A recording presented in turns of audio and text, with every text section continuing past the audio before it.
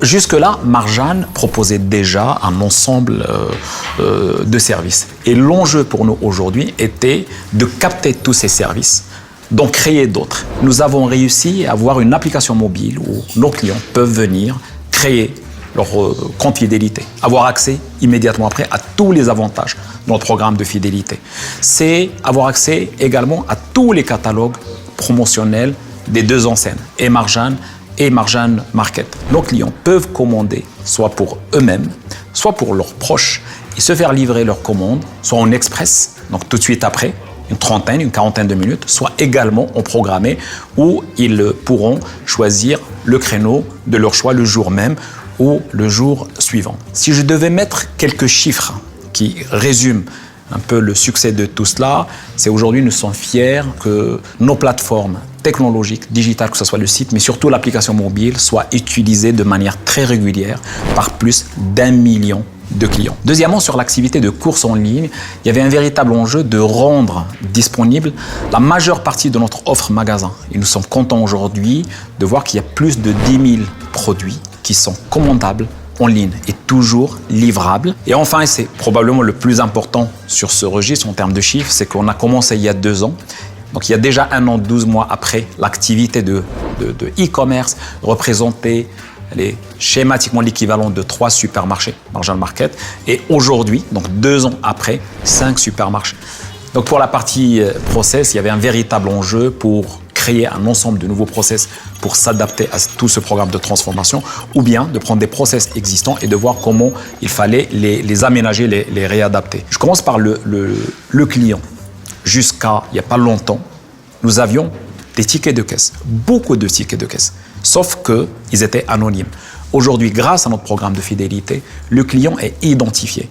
Et du moment que le client est identifié, on bascule d'une logique produit-prix, quelque part, à une logique de client. Il y a un deuxième aspect, quand on parle de l'activité de e-commerce, c'est comment préparer une commande dans un magasin qui sert d'abord, parce qu'il est là pour ça, pour servir des clients physiques. Il a fallu créer des logiques d'adressage des produits qui sont dans le e-commerce.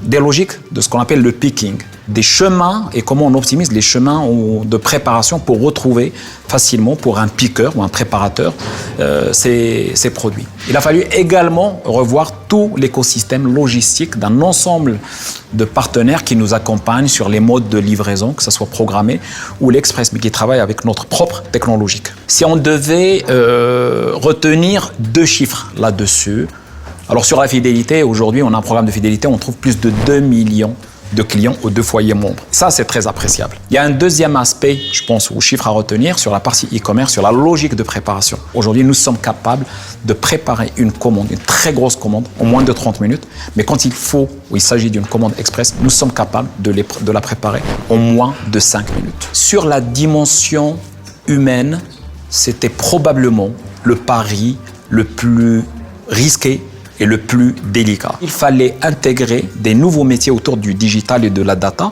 et donc des nouvelles équipes. Toute la clé du système, c'est comment faire en sorte que ces 2 équipes, ces 2 écosystèmes puissent travailler en parfaite synergie et en parfaite complémentarité. Moi, je suis très content de la dynamique que j'observe aujourd'hui au niveau du groupe, et j'ai envie de dire que c'est certainement une bonne partie du succès qu'on connaît. C'est notre capacité, je pense, à bien capter que c'était un enjeu très important et de créer les conditions pour que ça se passe bien. Et comme je l'ai dit, on est très content des premiers résultats.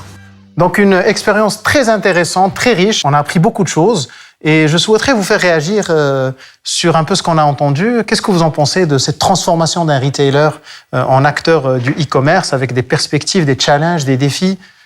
Un petit commentaire?